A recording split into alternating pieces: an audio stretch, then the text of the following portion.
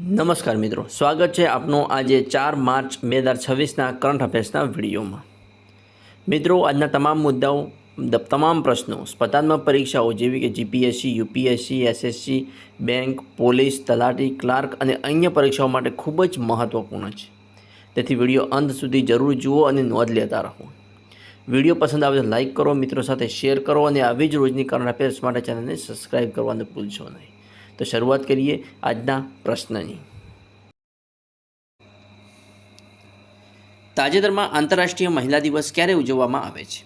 તો જવાબ છે 8 માર્ચના રોજ આંતરરાષ્ટ્રીય મહિલા દિવસ ઉજવવામાં આવે છે। દર વર્ષે 8 માર્ચે આંતરરાષ્ટ્રીય મહિલા દિવસ ઉજવવામાં આવે છે અને આ દિવસ મહિલાઓના હક, સમાનતા અને સશક્તિકરણ માટે સમર્પિત છે।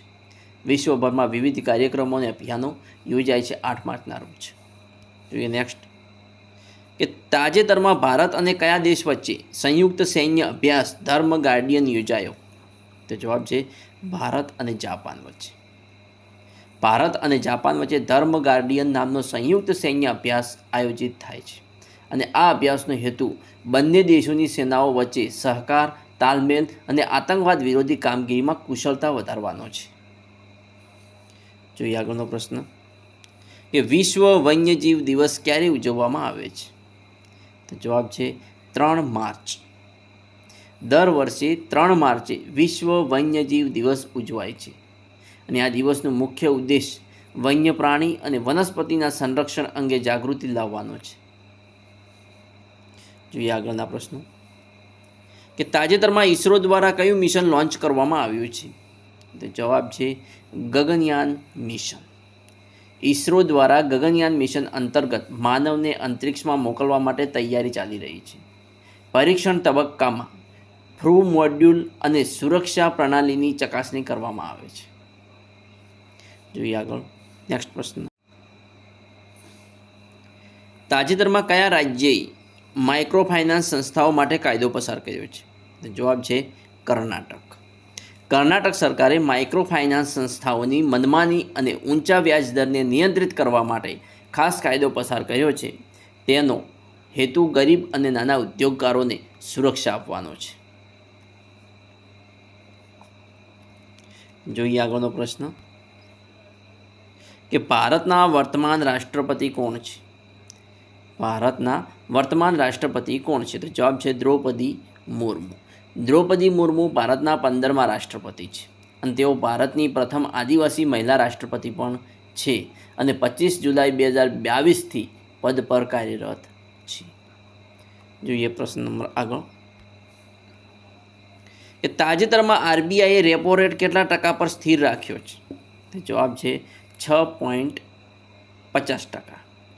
રિઝર્વ બેંક ઓફ ઇન્ડિયા એટલે કે આરબીઆઈ દ્વારા મોંઘવારીને નિયંત્રિત રાખવા અને આર્થિક સ્થિરતા જાળવવા માટે રેપો રેટ 6.50% પર જ રાખવાનો નિર્ણય લેવામાં આવ્યો છે।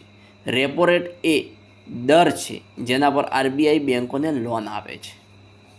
જોઈએ નેક્સ્ટ પ્રશ્ન કે તાજેતરમાં ભારતના પ્રધાનમંત્રી દ્વારા કઈ નવી ઇન્ફ્રાસ્ટ્રક્ચર યોજના લોન્ચ કરવામાં આવી છે?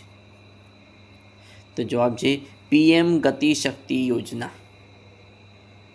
નરેન્દ્ર મોદી દ્વારા પીએમ ગતિ શક્તિ યોજનાના વિસ્તરણની જાહેરાત કરવામાં આવી છે અને આ યોજના દેશના માર્ગ, રેલવે, બંદરો અને હવાઈ માર્ગના વિકાસ માટે એકીકૃત પ્લેટફોર્મ પૂરું પાડે છે।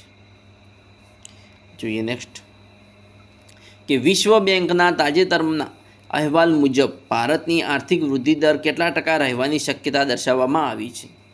તો જવાબ છે અંદાજે 6%થી વધુ। વર્લ્ડ બેંકના અહેવાલ મુજબ ભારત વિશ્વની સૌથી ઝડપી વિકસતી મોટી અર્થવ્યવસ્થાઓમાંનું એક છે। સેવાઓ, મેન્યુફેક્ચરિંગ અને ડિજિટલ ક્ષેત્રે વૃદ્ધિ નોંધાઈ રહી છે। જોઈએ આગળનો પ્રશ્ન કે તાજેતરમાં કયા રાજ્યે સરકારી નોકરીમાં મહિલાઓને 35% આરક્ષણ આપવાની જાહેરાત કરી છે? તો જવાબ છે તમિલનાડુ। તમિલનાડુ સરકારે મહિલાઓના સશક્તિકરણ માટે સરકારી નોકરીઓમાં 35% આરક્ષણ આપવાની જાહેરાત કરી છે। આ પગલું મહિલા રોજગારી વધારવા માટે મહત્વપૂર્ણ છે। જોઈએ આગળનો પ્રશ્ન કે આંતરરાષ્ટ્રીય યોગ દિવસ ક્યારે ઉજવવામાં આવે છે? તો જવાબ છે 21 જૂન. આંતરરાષ્ટ્રીય યોગ દિવસ 21 જૂનના રોજ ઉજવવામાં આવે છે. યુનાઇટેડ નેશન દ્વારા 21 જૂનને આંતરરાષ્ટ્રીય યોગ દિવસ તરીકે માન્યતા આપવામાં આવી છે. પ્રથમ વખત 2015માં ઉજવણી થઈ હતી.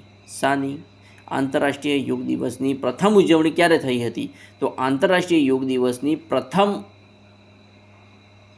ઉજવણી 2015માં થઈ હતી. જોઈએ આગળનો પ્રશ્ન કે તાજેતરમાં ભારતે કયા ક્ષેત્રમાં ગ્રીન એનર્જી ક્ષમતા વધારવાનો લક્ષ્ય જાહેર કર્યો છે? તો જવાબ છે સોલાર અને પવન ઉર્જા ક્ષેત્રમાં ગ્રીન એનર્જી ક્ષમતા વધારવાનો લક્ષ્ય ભારતે જાહેર કર્યો છે. મિત્રો, આજના મોસ્ટ આઈએમપી કરંટ અફેર્સનો વિડીયો અહીં પૂરો કરીએ છીએ. આવતીકાલના મોસ્ટ આઈએમપી કરંટ અફેર્સના પ્રશ્નો જોવા મારી ચેનલને સબસ્ક્રાઈબ ના કરી તો સબસ્ક્રાઈબ કરી લેજો, જેથી આવનાર તમામ વિડીયોની નોટિફિકેશન સૌથી પહેલાં તમારી જોડે પહોંચે. જય હિન્દ, જય ભારત.